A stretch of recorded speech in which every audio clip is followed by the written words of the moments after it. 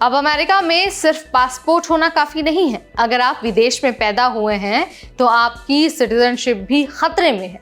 जी हाँ, justice department अब खुलकर अमेरिकी नागरिकों की नागरिकता छीनने की तैयारी में है, खासकर उन लोगों की जिन्होंने नेचुरलाइजेशन के जरिए यूएस की नागरिकता हासिल की है।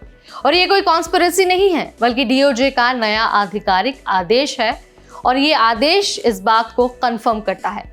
तो आज की इस वीडियो में हम इस पर पूरी डिटेल आपको बताने वाले हैं। सारी जानकारी आपको देंगे बहुत आसान भाषा में। Hi everybody, I am Neha Upadhyay and you are watching NBT tech ed. June 2025 में यूएस डिपार्टमेंट ऑफ जस्टिस ने एक इंटरनल मेमो जारी किया। इसमें डीओजे के टॉप लीडरशिप ने साफ साफ कह दिया कि डीनेचुरलाइजेशन अब हमारी टॉप 5 प्रायोरिटीज में से एक है। डीनेचुरलाइजेशन यानी कि किसी व्यक्ति की नागरिकता छीन लेना।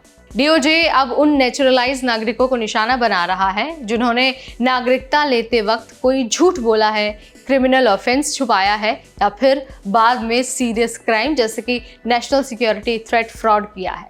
इसके अलावा अगर किसी ने चाइल्ड अब्यूज किया है और टेररिज्म में किसी व्यक्ति की सम्मिलित होने की भी खबर है तो ऐसे लोगों की नागरिकता छीनी जाएगी।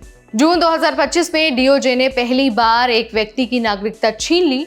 नाम है एलियट और वो ब्रिटेन से आए एक मिलिट्री वेटरन है जो नॉन बाइनरी है।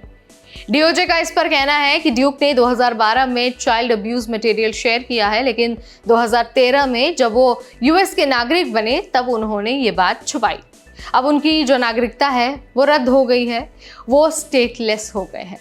इसके अलावा वो यूके की जो नागरिकता है वो भी छोड़ चुके हैं, यानी कि न वकील बिना न कोर्ट आने का मौका। सिविल केस था, इसीलिए कोई right to free legal aid भी नहीं मिला। ड्यूक ने कहा कि मैंने जब वो ऑर्डर पढ़ा तो मेरा दिल टूट गया, मेरा पूरा वजूद बिखर गया। डीनेचुरलाइजेशन कोई नया कॉन्सेप्ट नहीं है। 1940s और 1950s में इसका खूब इस्तेमाल हुआ है। कम्युनिस्ट और सस्पेक्टेड नाजीज के खिलाफ इसका इस्तेमाल हुआ है। 1967 में सुप्रीम कोर्ट ने इस पर रोक लगाई और कहा कि ये 2 टायर सिटीजनशिप क्रिएट करता है जो अनकॉन्स्टिट्यूशनल है। इस ऑपरेशन में पुराने फ्रॉड केसेस को निकाला गया। स्पेशली ये ऑपरेशन फ्रॉड केसेस को निकालने के लिए किया गया था और फिर ट्रंप की पहली टर्म में इसे एग्रेसिवली यूज किया गया। अब ट्रंप की जो सेकेंड टर्म है यानी अभी, इसमें डीओजे फिर उसी रास्ते पर लौट आया है और इस बार और ज्यादा डिस्क्रिप्शन दी गई है डिस्ट्रिक्ट अटॉर्नीज को। एक्सपर्ट्स ने 3 बड़े कंसर्न उठाए हैं। सबसे पहला कंसर्न है कि सिविल केसेस में कोई फ्री लीगल हेल्प नहीं मिलती है।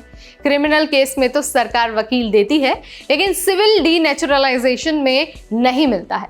इसके अलावा बर्डन ऑफ प्रूफ कम होता है, सरकार को ज्यादा सबूत नहीं दिखाने पड़ते हैं। इसके अलावा वाइड डिस्क्रिप्शन और वेग क्राइटेरिया है। डीओजे दूसरे इंपॉर्टेंट केसेस कहकर किसी को भी टारगेट कर सकता है। एक लॉ प्रोफेसर कहते हैं कि ये ड्यू प्रोसेस के खिलाफ है। एक तरह से ये संविधान के 14th अमेंडमेंट को वायलेट करता है। अगर किसी अभिभावक की नागरिकता छिनती है तो उनके बच्चे की नागरिकता पर भी सवाल उठ सकता है। यानी कि एक फैमिली जिसे सदियों से यूएस नागरिक माना जाता रहा अब अचानक नॉन सिटीजन बन सकता है। सिटीजनशिप कोई ऐसा दर्जा नहीं होना चाहिए जिसे बार बार रीओपन किया जाए। एक बार मिल गई तो वो परमानेंट होनी चाहिए, ये एक्सपर्ट्स का कहना है। तो यहाँ पर मैंने आपको बता दिया है कि कैसे हजारों की संख्या में जो यूएस नागरिक है अब उनकी नागरिकता छिनने वाली है और क्यों छिनने वाली है उसका रीजन भी मैंने आपको यहाँ पर बता दिया है। आप मुझे कमेंट के जरिए बता सकते हैं, आप अपना विचार भी शेयर कर सकते हैं। इस वीडियो में फिलहाल इतना ही। तब तक मुझे यानी नेहा को दीजिए इजाजत। Keep watching NBT tech add.